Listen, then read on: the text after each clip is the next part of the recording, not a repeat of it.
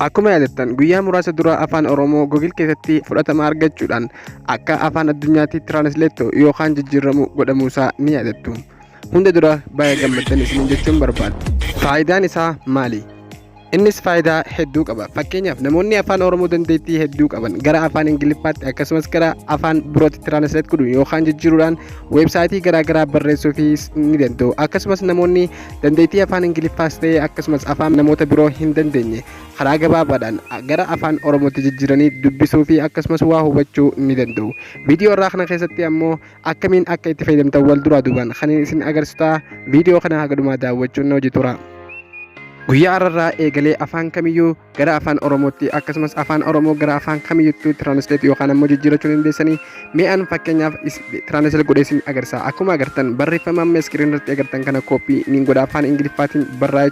Isinis afaan jijjiiruu barbaaddan iddoo kamiyyuu irraa kooppii godhattanii amma isteeppiin amma isin agarsiisu kana itti fuftu jechuudha. Kana booda kiroomoo kiyya niin seena. Kiroomoo jechuun biroosarii kamiyyuu ni seentan jechuudha. Sana booda iddoo sarcheettu kanarratti gama gubbaa irratti argamtu kana maaliin barreessaa websaayitiin amma isin agarsiisu kana translate.google.com jettanii ni barreessitan.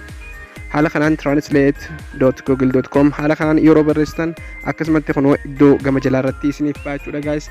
Sana booda liinkii jedhatti isinii ba'u kana ni cuqaaftu. Yeroo liinkii cuqaastan kallattumaan as keessa isin naqaa jechuudha. Erga haala kanaan isin fidee amma kunoo akkuma agartan iddoo paastii fi afaanota qaba. Iddoo gama bitaa irratti argamtu kana ni agartan afaan ni filattan jechuudha. Afaan itti jijjiirachuu feetan. An afaan Oromootti jijjiiruuf waan hin deemuuf afaan Oromoo niin barbaada jechuudha. As keessa qubee O bira deemee afaan Oromoo niin barbaada. Namoota kunoo akkuma agartan afaan Oromoo Google keessatti argameera jechuudha. Sana booda afaan Oromootti jijjiiruuf waan hin barbaaduuf afaan Oromoo niin filadhaa jechuudha. Isin afaan barbaadanitti hiikachuuf akkasumas afaan Oromoo gara afaan fedhanitti hiikachuuf waan filattu. Ergaan haala kanaan afaan Oromoo filadhee sana booda maaliin godhaa? Kunoo haala kanaan afaan Oromoo naaf mul'atee jira jechuudha gama bitaa irratti. Amma maaliin godhaa? Isteeppii itti aanutti iddoo inter teekst jettu ispeesii tana ni agartanii. Ispeesii tana keessatti maaliin barreessaa?